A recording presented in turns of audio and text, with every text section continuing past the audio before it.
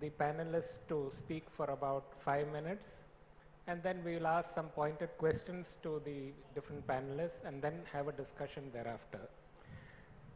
So it's like this, India sits at the forefront of the new economic paradigm. Most analysts expect the Indian economy to grow at a sustained high rates during the coming decades and emerge as one of the largest economies of the world. According to Goldman Sachs, India is projected to become the largest economy in the world by the year 2050. One of the main reasons behind the positive wave of the Indian economic growth emerges from its demographic profile.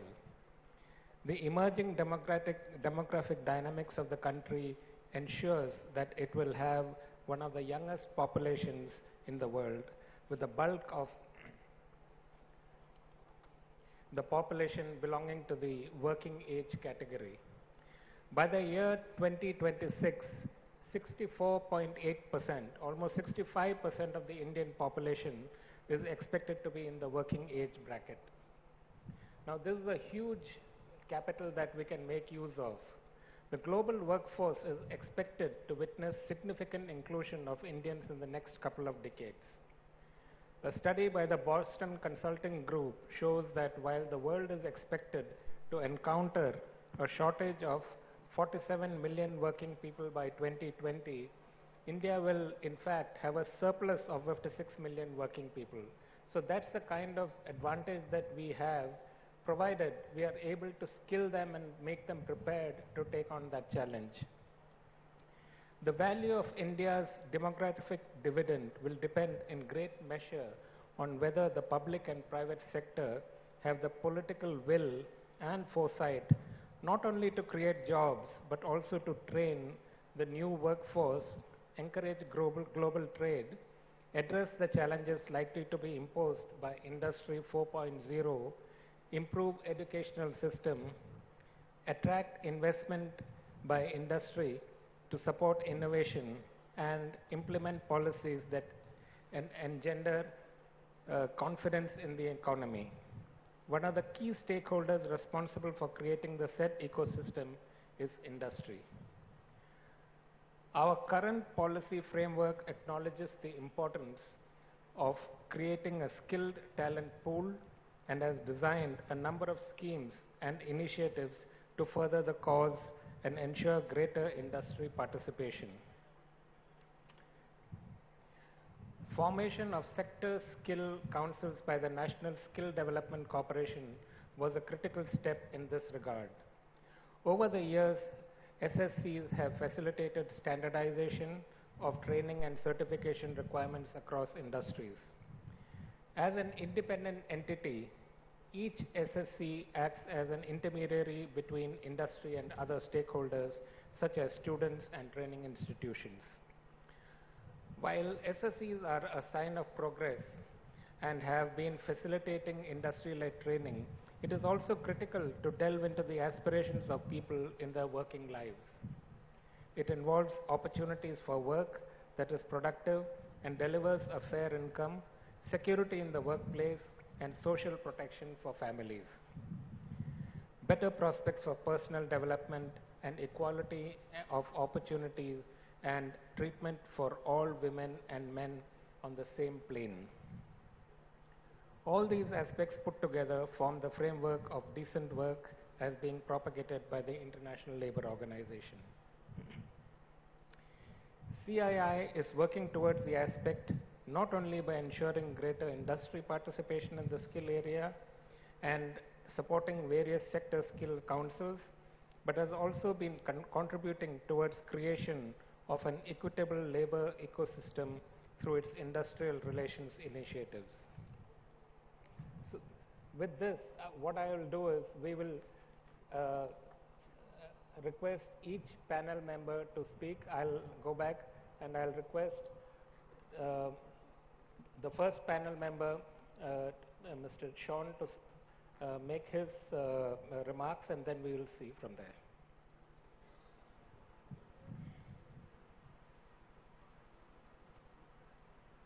Thank you, sir, and Thank you, guests, and for having us here today.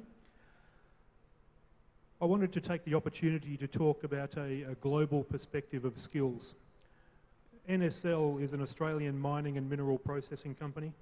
We're focused on processing what we would call ultra low-grade iron ore in India. It is a resource which is not utilised by the industry at all.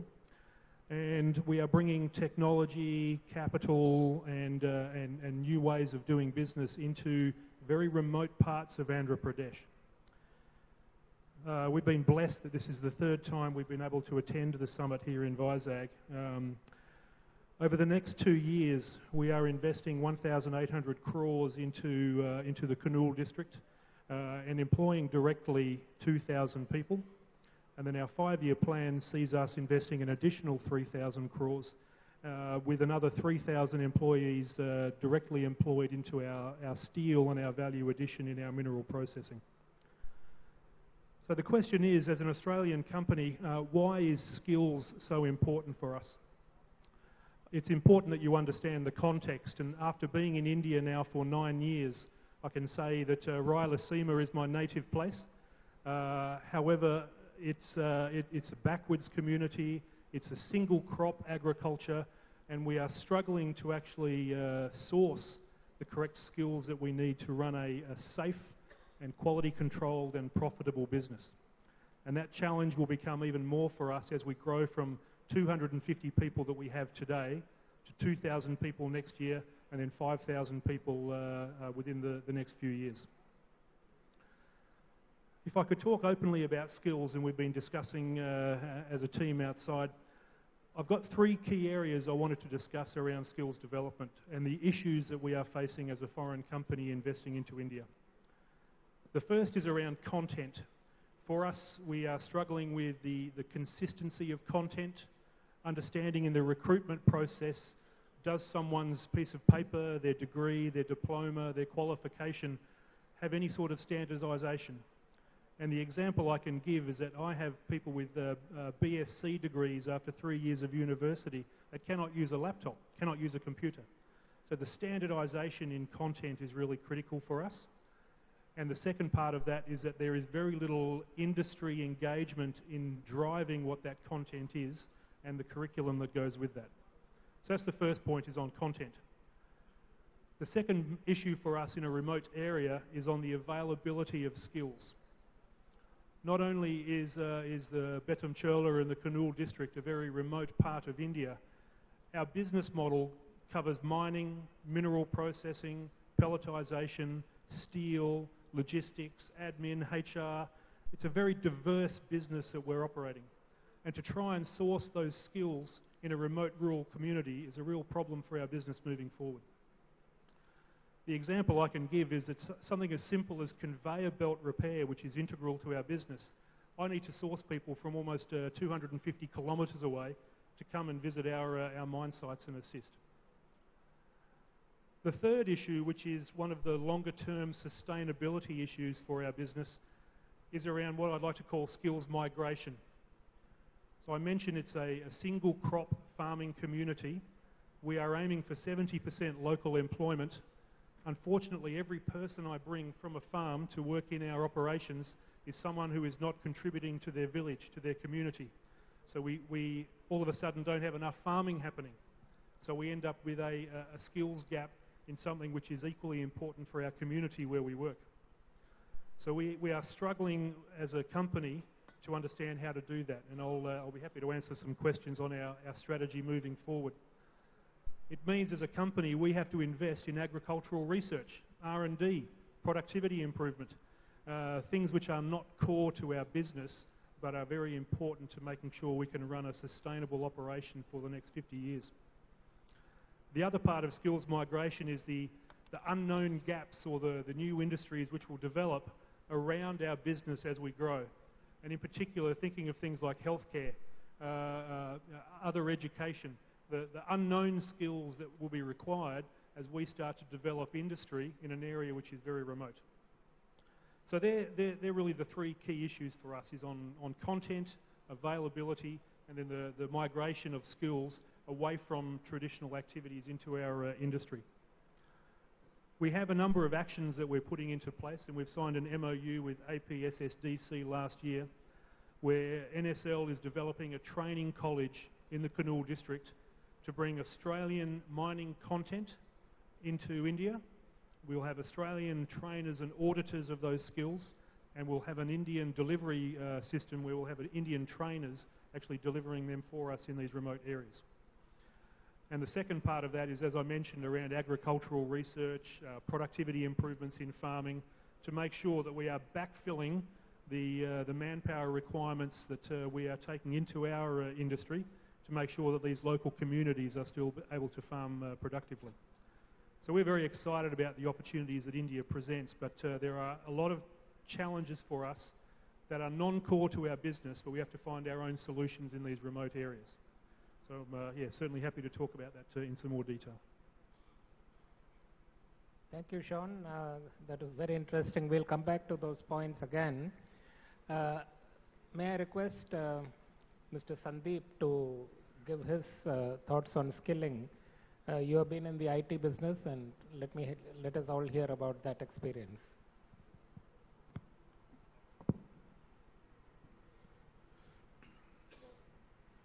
Thank you, Ramesh. I just want to understand whether I'm audible at the back. Okay. You know, taking off from where you sent, how do we reap the benefits of India's demographic dividend?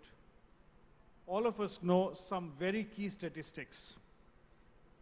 66%, that's two-thirds of India's population is currently below the age of 35.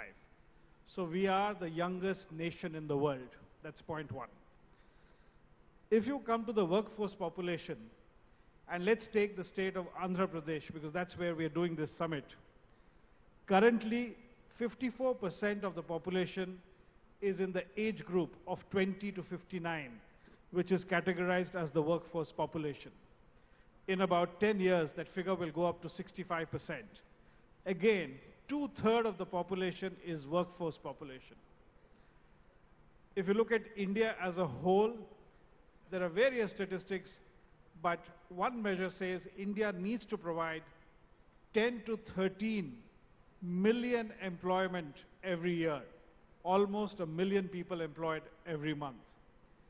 If we can do the right skilling and the right employment, we can turn it into a demographic dividend. Otherwise, it could become a demographic disaster. Now let's come to training and skilling. And I will give a general approach and also on the IT BPO side. Obviously, what is absolutely important is for the current jobs and the jobs of the future, people should have the right skill. I just heard Sean say that he's got a graduate who can't operate a computer. So do we have that skill for the current jobs? And do we have skill sets for jobs of the future? And I'll come to that. That's the first important point. The other,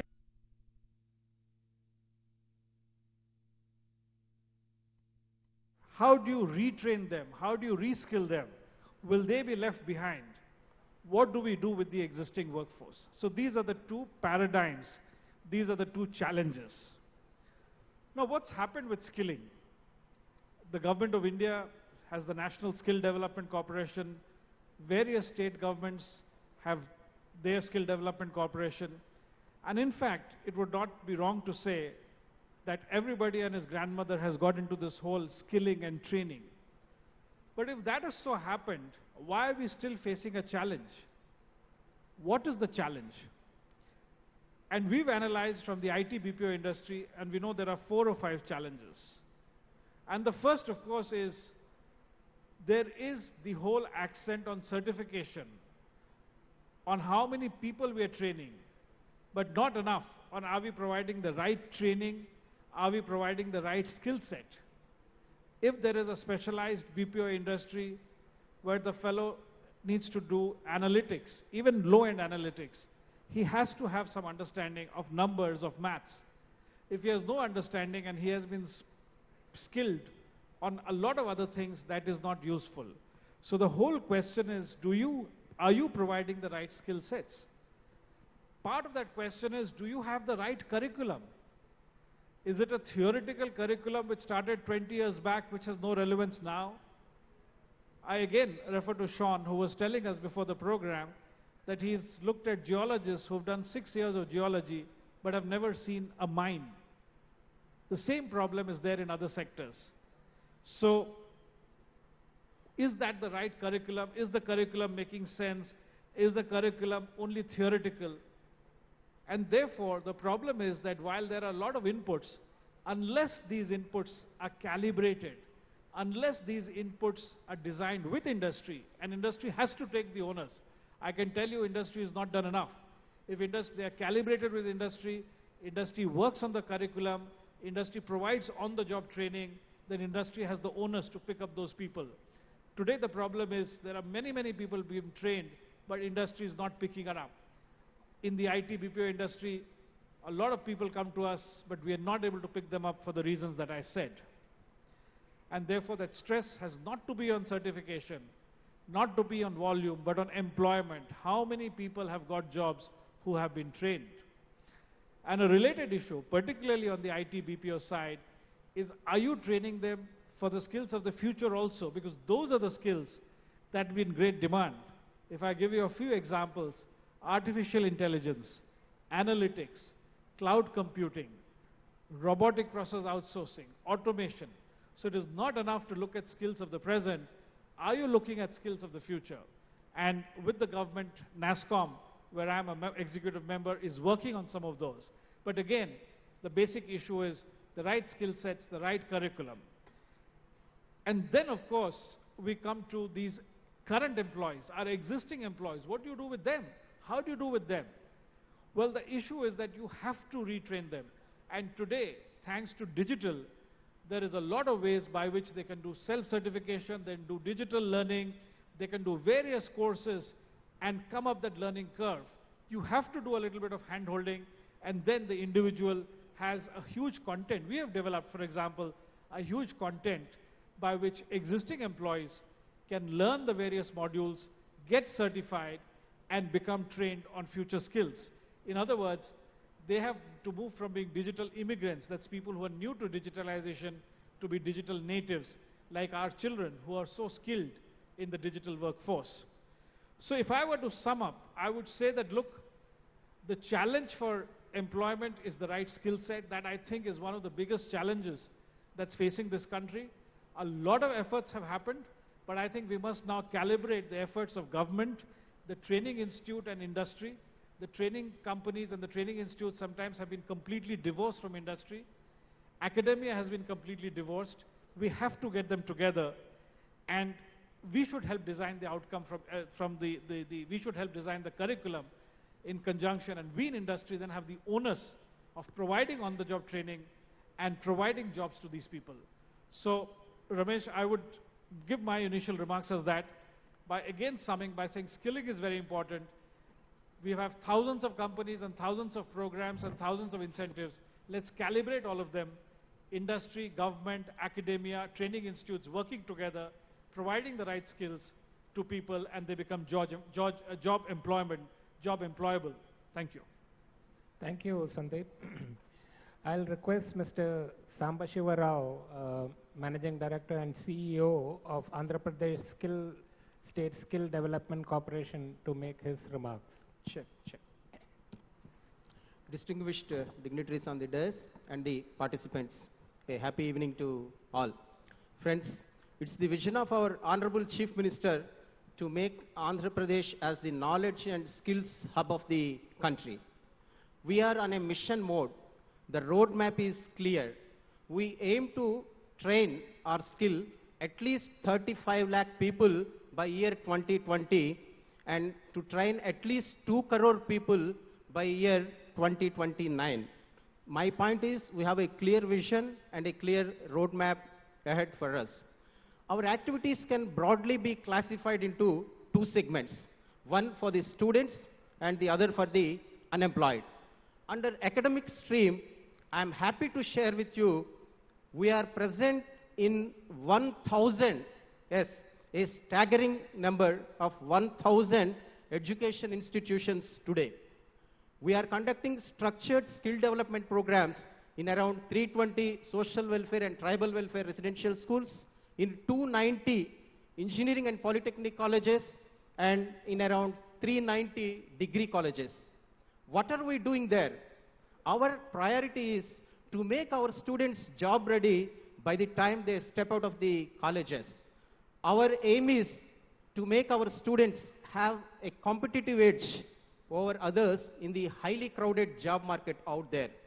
For this, we are concentrating on providing industry certification courses in a big way to our engineering college students. We have tied up with global companies such as Google, Amazon, Udacity, Coursera, Dassault, etc. to offer certification courses directly by them.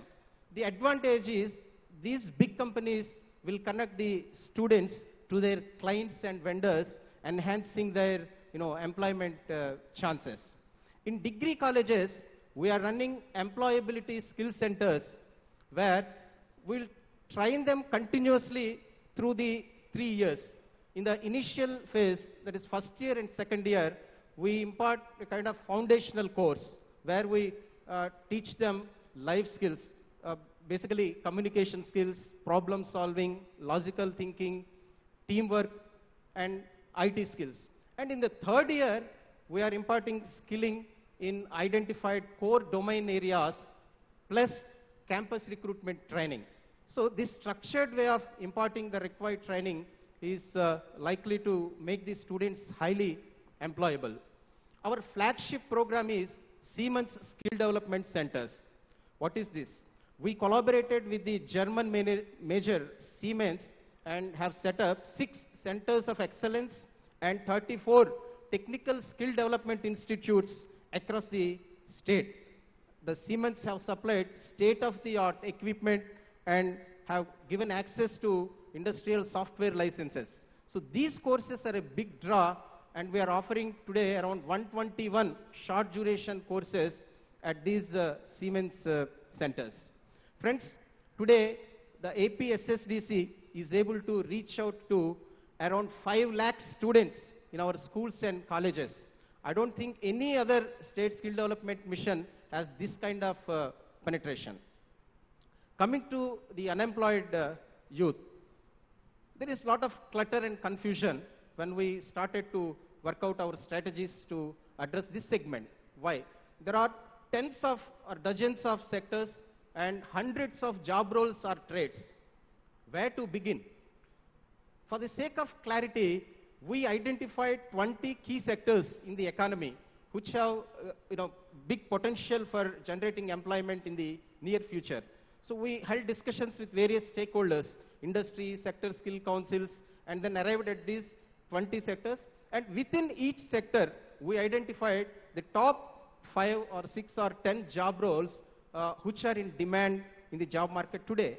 So we have a bouquet of 20 sectors and around 220 job roles. So once this clarity emerged, now we are reaching out to the industry, we are reaching out to quality training partners to offer structured short duration skilling programs in these job roles. Our target is to train at least 2 lakh unemployed youth in these 220 job roles in the next fiscal.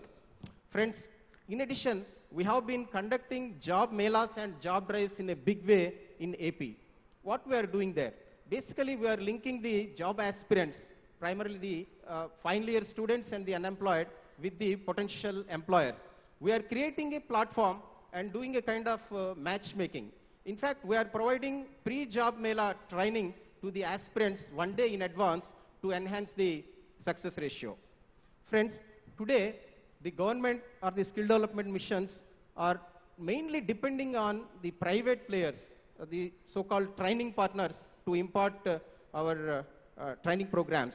We think it's the time that government and industry together should build a robust, qualitative, and world-class training infrastructure in the form of centers of excellence or skill development institutes in a big way. So we took the lead and we reached out to the industry.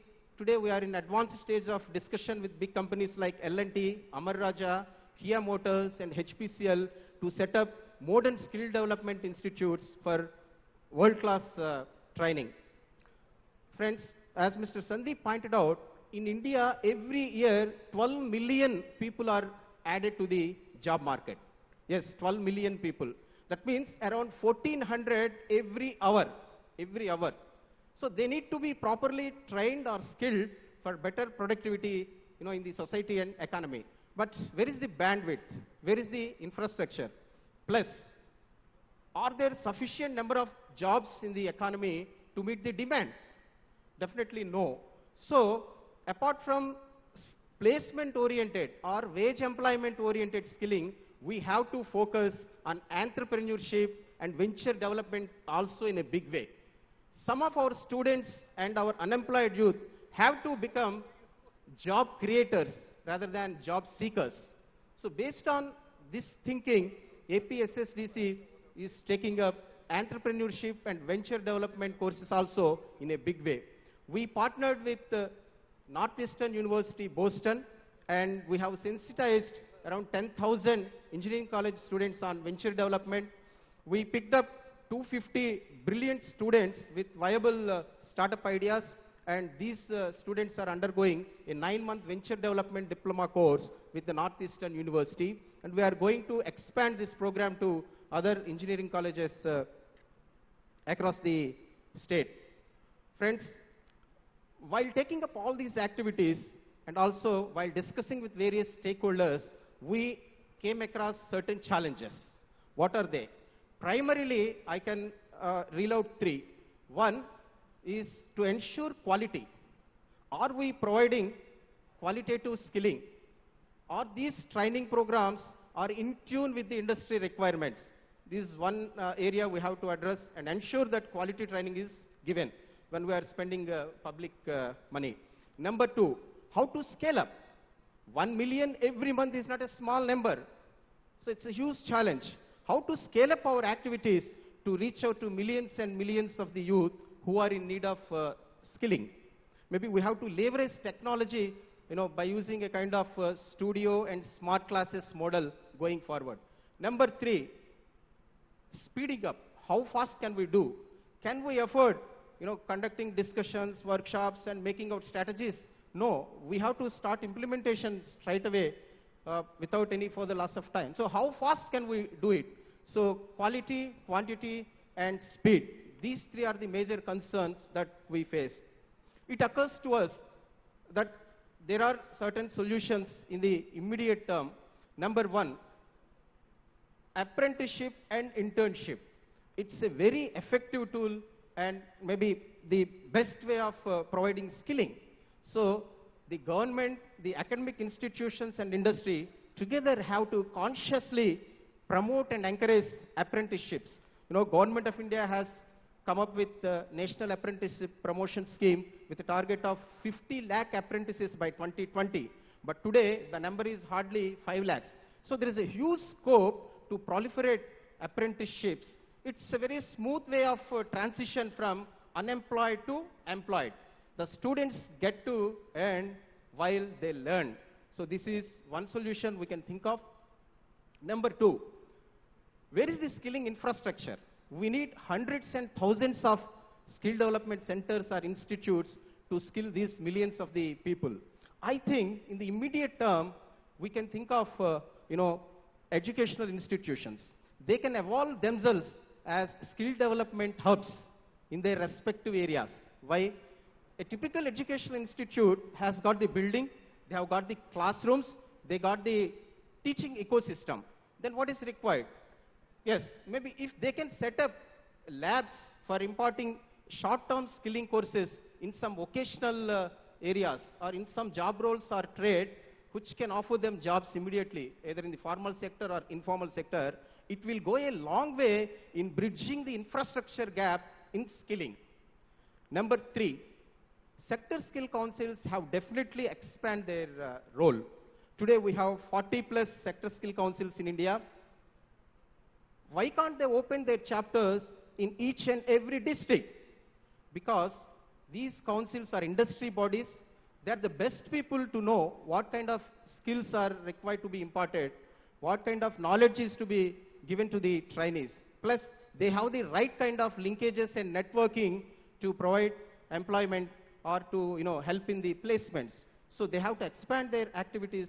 They can be effective coordinator between the various elements of the skilling ecosystem, be the academia, be the industry, be the state skill development missions. Number 4, and lastly, we have to work out, and in fact it is imperative now to work out different innovative models of public-private partnerships to create a sustainable, viable and robust skilling infrastructure or ecosystem, whatever you call, in our country. Because governments or state skill development missions or industry or councils alone cannot achieve this gigantic task. All of them have to come together, and we should evolve some models like how to bear the capital expenditure or operating expenditure in creating and running the modern skilling institutes across the country needs to be worked out urgently. Friends, these are the 4 solutions which are doable in the immediate future, which can address the immediate concerns in the skilling industry. Yes, before concluding, I would like to share with you, in Andhra Pradesh, in fiscal 17-18, we are reaching out to 6 lakh beneficiaries through skilling, entrepreneurship development, job melas, etc. Around 5 lakh students and 1 lakh unemployed youth. Going forward, next year, we have set for ourselves an ambitious target of reaching out to 1 million. Yes, 10 lakh students and unemployed youth are on our radar in the next 12 months. The action plan is ready. We are geared up to launch these programs in right earnest, right from day one. And I seek sincerely the support, the encouragement, and the guidance from various stakeholders in the skilling ecosystem, be the industry, be the sector skill councils, be the education institutes. Only when all of us are in sync only can we achieve meaningful results for the benefit of our unemployed youth or students. Friends, to conclude, I would like to share the significance of skilling in a single sentence in a lighter vein. If you are not skilled, your job is killed. Okay, because no employer would like to have an unskilled or underskilled employee with him. Thank you very much for this opportunity. Thank you. Thank you, Mr. Rao. That was very interesting, and the huge push that the government of Andhra Pradesh is giving for skilling, which is natural because the Chief Minister's leadership is bringing a lot of industries to the state, and we need skilled manpower here. And I can tell you from my own experience, when we set up a greenfield project in Nellore for renewable energy, we found it very difficult to get skilled people from the ITIs there. So what we did was then we took them and trained them again in our other plants. And now, of course, these people are very fast learners. So they learned very fast, and now, of course, we have a plant which is very, very functional. I'll request Ms. Meena Raghunathan she is the Managing Director of GMR Varalakshmi Foundation and also a member of the Advisory Committee of AP Skills Development Corporation, to give her remarks. Thank you. I'm very happy to be following on from Sambashiva Garu. He's just told you about the amazing work that APSSDC is doing.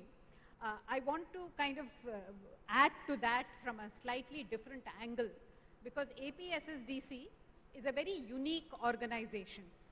The Chief Minister, current Chief Minister, as soon as he came into power, this was one of the things that he set out to do very early, within a few months.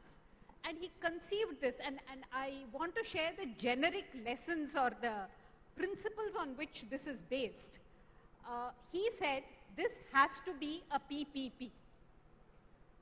The skill effort in Andhra Pradesh will be done under a PPP model where industry leads. And therefore, he got some of the most eminent industrialists of the region to be part of that, because he said without the buy-in of industry, it's never going to work. So this is a very unique model where private is supposed to hold 51%. It's led by an outsider, not from the government. But there's a beautiful collaboration between the private sector and the government to actually bring in innovations, new ways of working, and industry buy-in. So I think this is a very important and visionary kind of step that he took. The second very interesting concept is, in India, skilling has to be inclusive. You have to address the last Antyodaya to the most sophisticated. So this strategy of APSSDC talks about skilling school dropouts. They may be semi-literate, not even literate, going right up to very sophisticated training for engineers, post-engineers in, IoT and all the latest. So what Sambashivara Rao mentioned, the Siemens partnership or the Dassault partnership. So it's talking about training a tribal youth in a very remote area for what is suitable there to an engineer for being able to take up the most sophisticated job, not just in AP, but we see ourselves in Andhra Pradesh as being suppliers to the world of skilled and global knowledge. So inclusivity in skilling is very critical, and I think APSSDC has that. The third is that if you see, APSSDC has a dual strategy. It is prepare and repair. When you say repair, unfortunately in India, children passing out of schools and colleges do not have the skills that you presume that they have. So you have to have a repair strategy. That is, after they've passed out or when they are on the verge of passing out, you quickly kind of stuff some stuff into them so that they become employable, which is repair, absolutely essential, otherwise they won't get jobs. But the more important is the prepare strategy. You recognize that there are gaps in the education system and you fill in, which is why APSSDC has such a huge focus on going into degree colleges, into professional colleges, and supporting that educational curriculum through a kind of, let's prepare them even before they reach employable stage. So there is both of these. It is very proactive because it is looking at future of industry in AP. I know there have been exercises sitting with every district, what are the industries that are going to be coming up and how can we prepare the youth for that local employment. So I think these are some of the kind of very fundamental principles on which good skilling must be predicated, and I think AP has done that and is trying to do that. The numbers, of course, multiplying every year, but it's very founded on reality. It doesn't talk about what doesn't exist. So that's from APSSDC point of view. I also wanted to quote as a representative of an infrastructure group, the GMR group, which does airports, etc., what we see as our responsibility in skilling as an industry.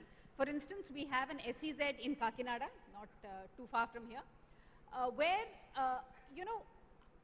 any industry coming up, the local population has a very legitimate aspiration to work there.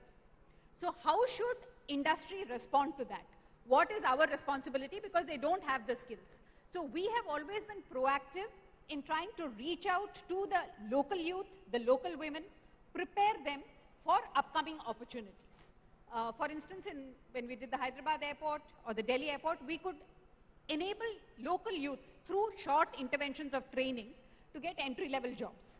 Similarly, in Kakinada, where we are foreseeing a lot of, for instance, garment industry coming up, doing a lot of training for the women, the potential guys coming into the SEZ see that there's already capacity building, they are tempted to come in because that's a very good, human resources is almost a critical thing in some of these industries.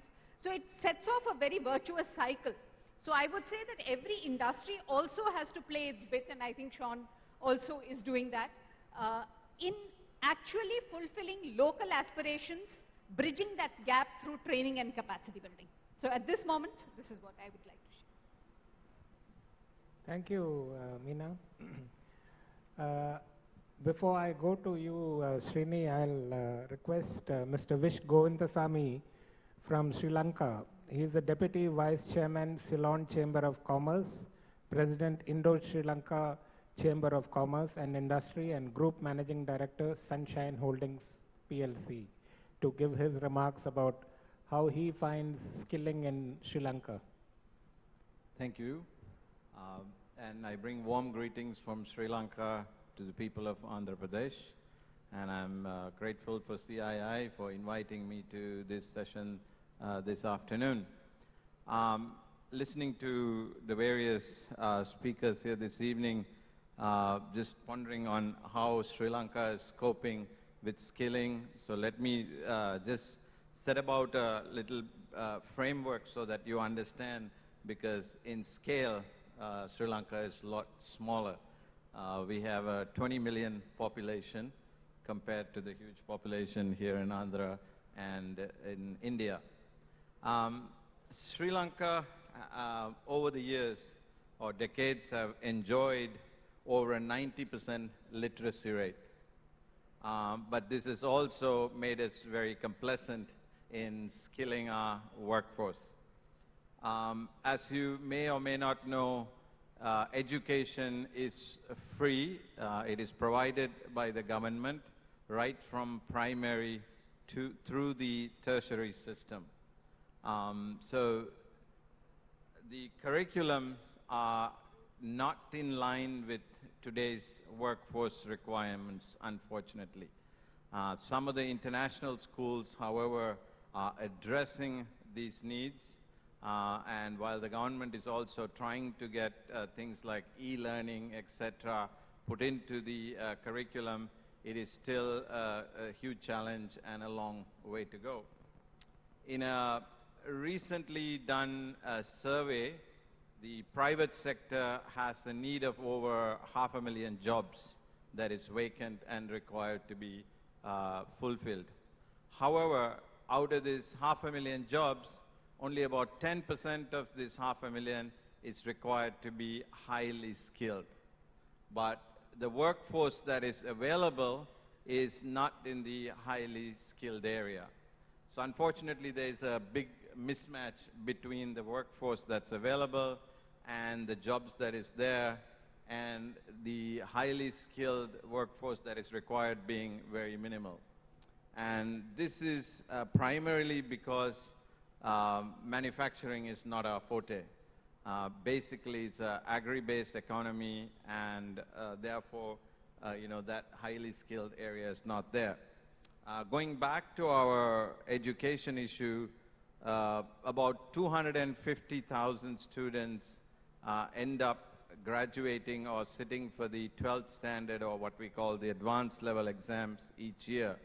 But only about 10% of these students end up at the tertiary level schooling. And that's not because we are failing that many more people, because only the state runs the tertiary education system.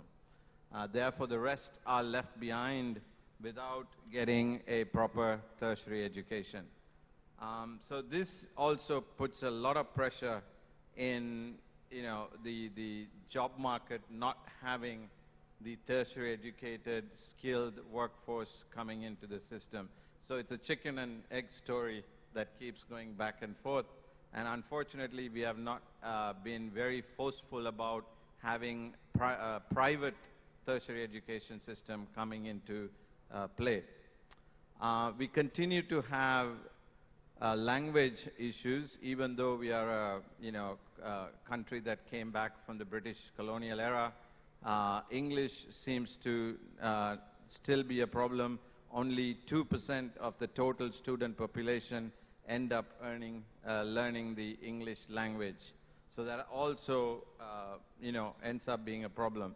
However, having said all these issues, I'm proud to say that the IT sector of Sri Lanka has managed to get the skills required for its sector, even though it's a lot smaller in size. Some good work and created some good value for the country. The next emerging sector that we see coming up, because we are not in the manufacturing base, will be the financial sector. And we need to make sure the skills for the financial sector is developed, and English being an important part of that, and the tertiary education being an important part of that. like one of the speakers said, one of the things Sri Lanka is doing is tied up with the Ceylon German Technical Training Institute. A lot of the work is being done there. It's been there for years, but I think they're doing more work now, and I'm sure that'll go forward. Many startup and entrepreneur assistance programs are done. We have something called the Crowd Island or Startup Month, etc., to get the youth going into these needs of today.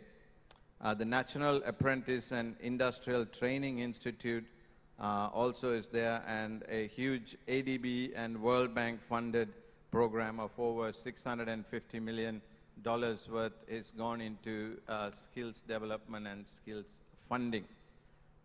So as everyone said, skilling is a very important need of the day, and we need to get the youth ready for tomorrow, and that continues to be the challenge of the private sector and the government of Sri Lanka.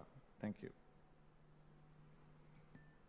Thank you, Mr. Govindsamy. That was an eye-opener in many ways, Sri Lanka. Even though we have been operating in Sri Lanka for some time, quite a long time, 25 years now. So,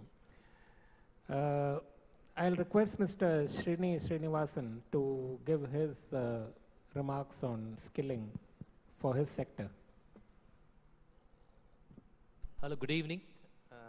First of all, thank you, Ramesh, and also thank CII for the opportunity. It's an absolute pleasure and privilege to be in this panel, and it's very, very important how the topic is so broad, so relevant, and look at the emphasis at the Global Investors Meet.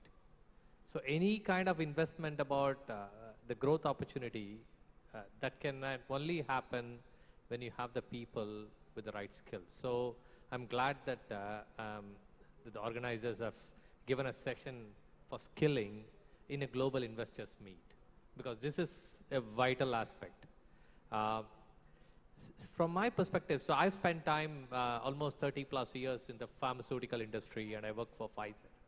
And Pfizer has a big manufacturing presence in the very city of Vizag, where we have built one of the world-class manufacturing facility that exports the products to the different parts of the world. So, and the pharmaceutical industry is a highly regulated industry. So what it means is the products what we export has to meet the regulatory standards of the every part of the world. So the kind of quality talent that when we start building a manufacturing plant, it's not just the equipments, it's also have the right skills and build the right culture in the organization, so that you are able to supply quality medicines to some patients in the world. So so how did we go about it? We trained, we created a learning university within the company, and hired local people, trained them, skilled them, and they are all employed, and then right now we are able to produce it. So that's only about at a micro level from a one company perspective. So we can switch gears, right? From a pharmaceutical industry, most companies are trying to do that at a company level. Suppose if you switch gears from that company level to a macro level, India itself, to me there are 5 forces that are impacting the industry. The first one is demographics. I think my colleagues in the panel have talked about it. The young India that's entering the workforce, how do we deal with that? The second one is, I think Sandeep mentioned about the automation, and how do we, what kind of disruption it takes place. It also is an opportunity, because for every manual work related, when it gets automated through robotics or any kind of, in terms of automation, you also require a different set of jobs you are creating for skilling in that area. So therefore, it is a set of skills that will become redundant, a set of skills that are required in the future. So therefore, we have to look at it as a challenge, as also as an opportunity. That's the second force. The third force that's happening is the new technologies. So these new technologies, we don't have even the trainers for this. for the skills. So how do we really prepare for this, building these new skills, when these new skills are, the new technologies are so disruptive? It provides huge opportunity. This morning we saw the kind of technologies of the future, where our Honorable Chief Minister was presenting about how we are applying some of the artificial intelligence, robotics, and cloud-based data collect. So these are the areas. Then how do we really skill this group of people? That's a third force that's happening. The fourth one, which I want to touch on this, is a cultural aspect, which is very unique to India. 48% of the women, they go to university. Do all the people, 48%, enter the workforce? No. Only 25% of the people who educate in the university, they enter the workforce. So we are losing out a large portion of the people, women population, talented. They are not even entering the workforce. Then comes to the pull and push factors. So when you look at one of the common reasons, something like when you look at the countries. So, for example, if you look at it, child care is one of the reasons women leave the workforce.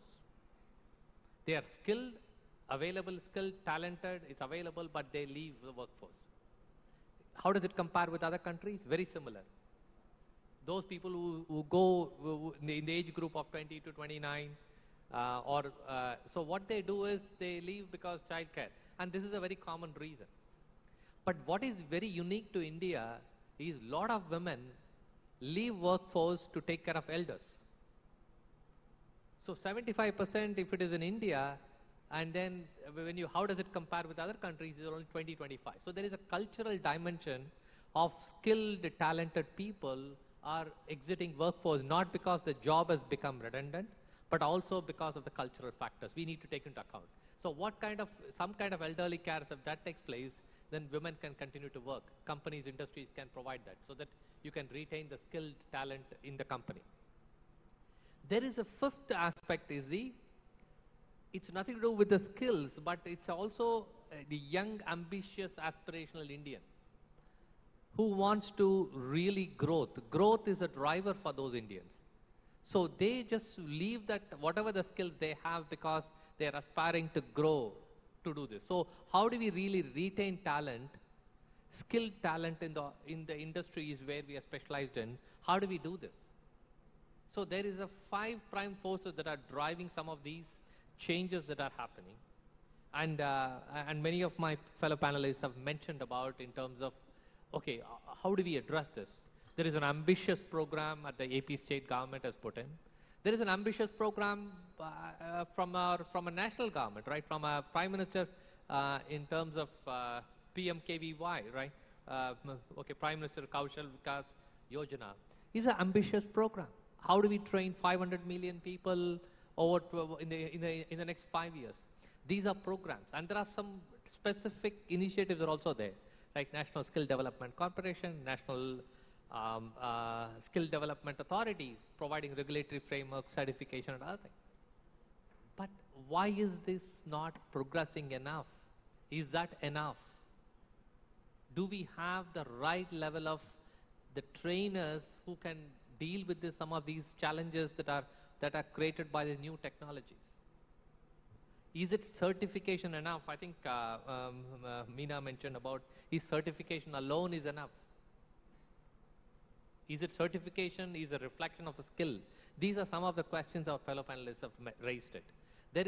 So therefore, from my perspective, I think there are 3 or 4 things one can do, and this has been touched on this.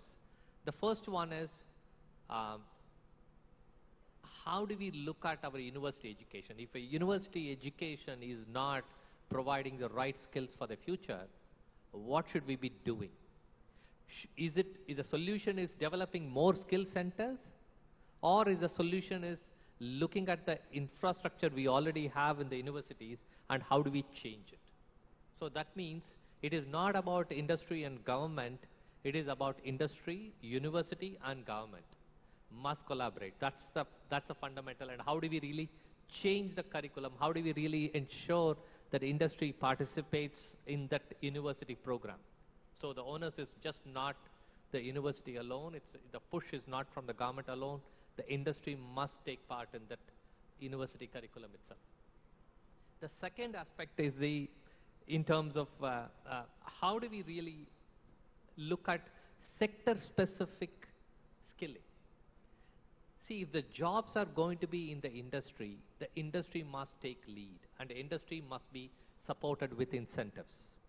So the government is government is providing that push, but how is that support is given to the industry to facilitate that skilling that happens sector-specific?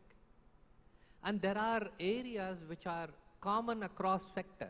So for example, let's take about the whole data explosion that is taking place, and that's going to really explode in the next 10 years. Every day we are generating data like anything. Where are the skills to do the analysis of the data to make decisions? Where are the skills? Where is the analytics skills that are there? These are across industries. So can the cross industry with like CII, all those people can come together and say, what are all the areas where cross-industry initiatives can be combined? Analytics is one. Communication is another one. And how do we really look at the online training, online people who are involved in the online, how do you really transition them to newer areas of technologies? So there are cross-industry initiatives can be put out. So from my perspective, engage industry and university along with the government in terms of curriculum itself. The second aspect is then how do we engage some of the sector-specific initiative? What are the incentives you are providing for sector-specific so that you are driving growth in the sector?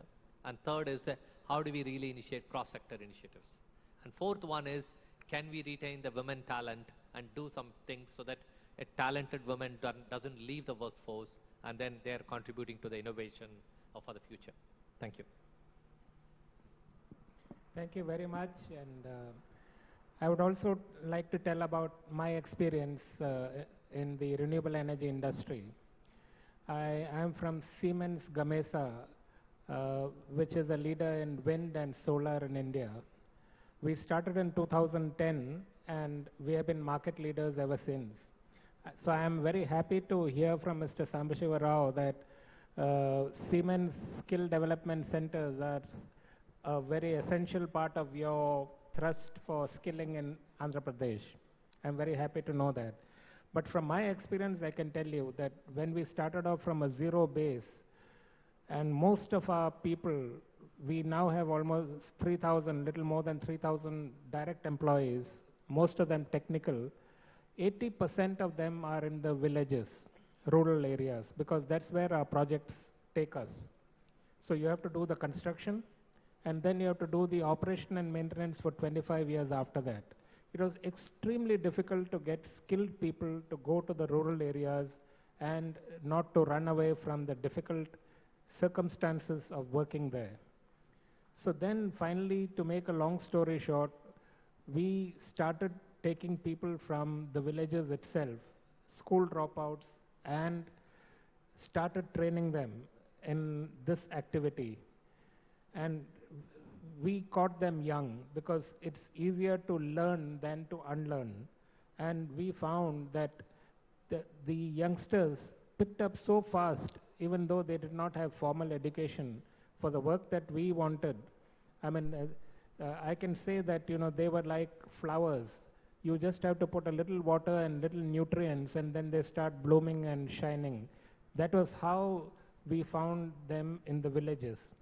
The other big advantage was nobody in the village wants you to plant there, even though it is renewable energy, and intrude into their daily life. Even though it is not in the village, it is nearby. So to get them included, if you have people from the villages working there as, you know, people who are technically qualified working there and trained there, that again takes care of the machines, the security and everything is also taken care of. That's a spin-off. So this was our experience to build up from a 0 to a 3,000 base. This was the challenge that we faced. And of course, it is a different story in the factories, like I told you, but in the rural areas, this was a sure shot success, which made us #1 in this business. Now, before I go further, I would like to ask some questions to some of the panelists, and I'll start with Mr. Sandeep Sen. For the IT sector, with so many industries being reshaped by data science, cloud computing, and other tech-based skills, there are new job roles being bracketed as new collar. What is industry doing to prepare workforce for these job roles by way of skilling and reskilling? No, I think that's a great question because the industry is changing dramatically, both in IT and BPO. I represent the BPO sector because Aegis is one of the largest BPOs in India, and the entire skill sets are changing.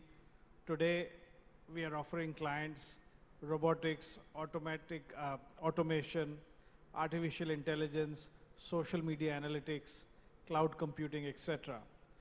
So two things are happening, Ramesh. One is that, in collaboration with the government, Skills of the Future has been launched by NASSCOM, where the industry as a collective body is going to work with the government. And as we can see, the AP government is very, very progressive. So with the AP skills development, with the national skills development, to develop three things for the new skills: the right curriculum, the right skill sets, the right amount of practical and industry training. If we can do all of these three, the people who then get certified on these new skills will have the possibility of getting jobs, whether it is in industry, in India, or even abroad. So this is a joint collaboration. In fact, the Prime Minister launched it in NASSCOM last week, called Skills of the Future, which is a joint collaboration with industry and with the government, both central and state, to develop these future skills.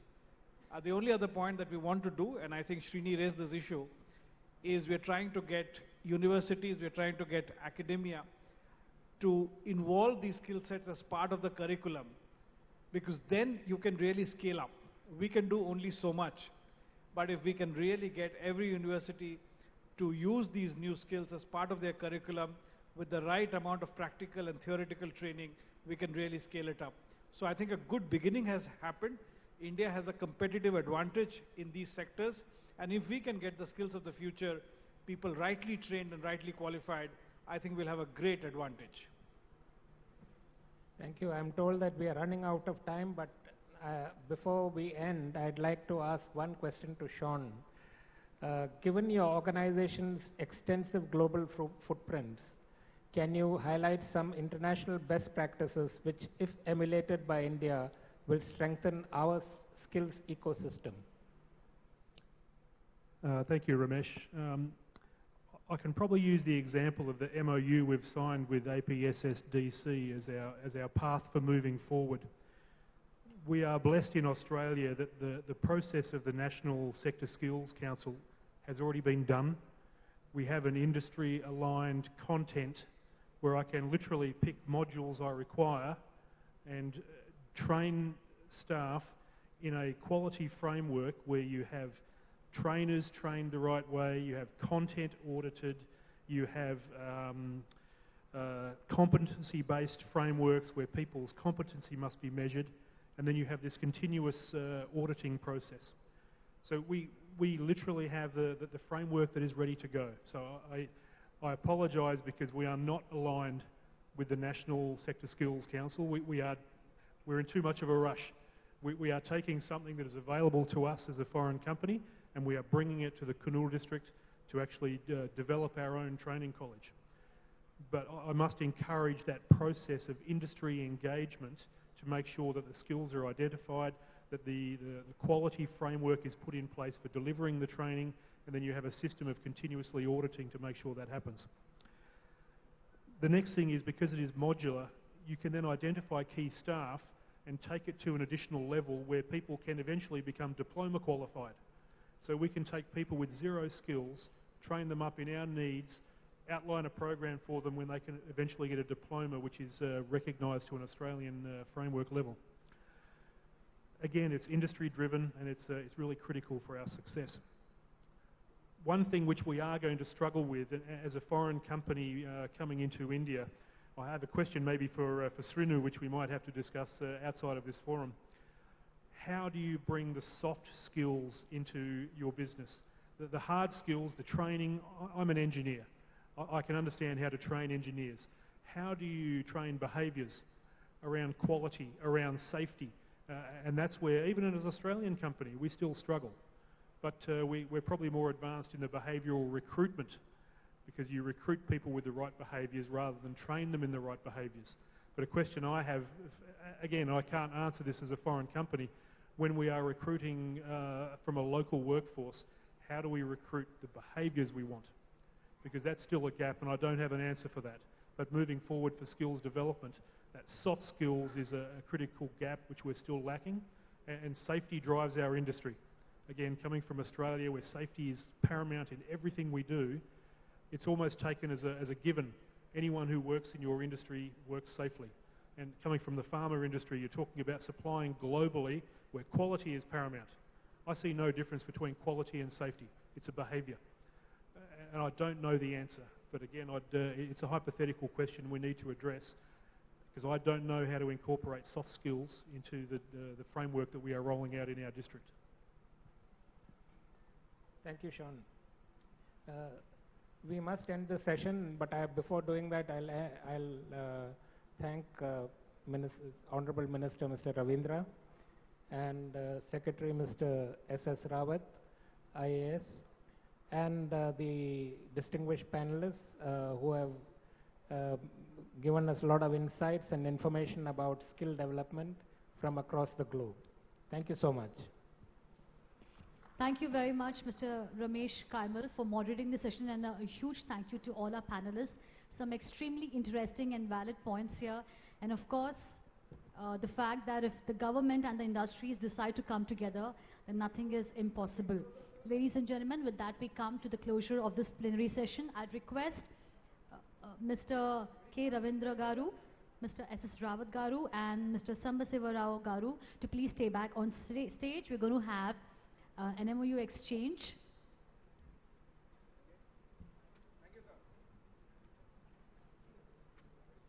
Ladies and gentlemen, requesting you all to please be seated. After this MOU exchange, we will continue with our next plenary session.